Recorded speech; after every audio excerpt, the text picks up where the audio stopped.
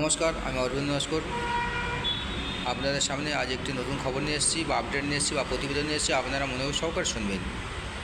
বিচারপতির বাংলাতে টাকার পাহাড়, এসব দেখলে বিচার ব্যবস্থার প্রতি কি আর আস্থা থাকে সাধারণ মানুষের? দেখুন পোড়া নোটের পাহাড়। এটি আমরা আরামবাগ টিভি নিউজ সূত্রে দেখলাম বা জানতে পারলাম। পাঞ্জাব, হরিয়ানা ও হিমাচল ও কর্ণাটকের এই তিন হাইকোর্টের বিচারপতিদের নিয়ে একটি কমিটি গঠন হলো।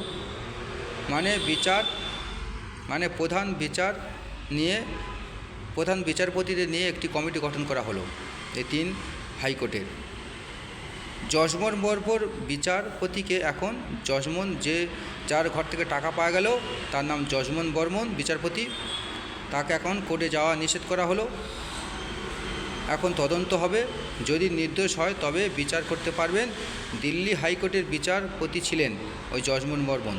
তিনি বলেন, ষড়যন্ত্র করে আমাকে ফাঁসানোর চেষ্টা করা হয়েছে। তবে সব বিচারপতি এরকম না। অনেকে বলেন যে তাহলে এইভাবে বিচারপতির বাড়িতে যদি টাকা পাহাড় পাওয়া যায় তাহলে সাধারণ মানুষ বিচার পাবে কি করে?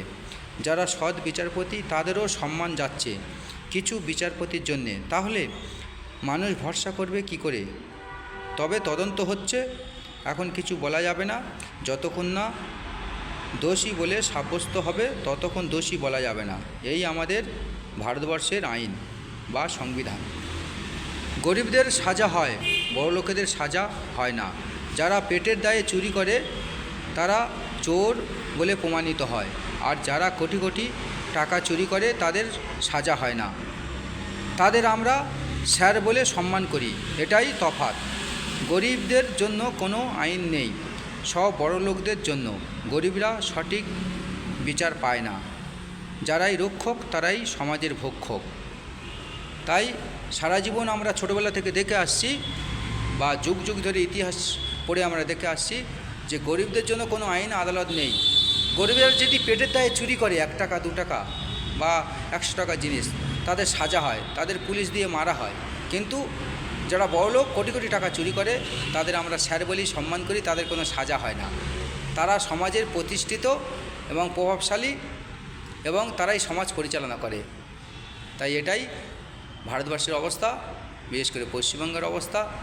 তাই সঠিক বিচার ভারতবর্ষের বুকে পাওয়া যায় না, পশ্চিমবঙ্গের বুকে পাওয়া যায় না। গরিবদের শুধু সাজা হয়, বড়লোকদের সাজা হয় না, যতই দোষ করুক। তো দর্শক, আপনাদের মতামত কমেন্ট বক্সে জানাবেন। জয় হিন্দ, বন্দে মাতরম, ভারত মাতা কি জয় হোক। যদি বিচারপতির ঘরে টাকা পাওয়া যায়, টাকার পাহাড়, তাহলে বিচার আর হবে কেমন করে? তবে সব বিচারক খারাপ নয়।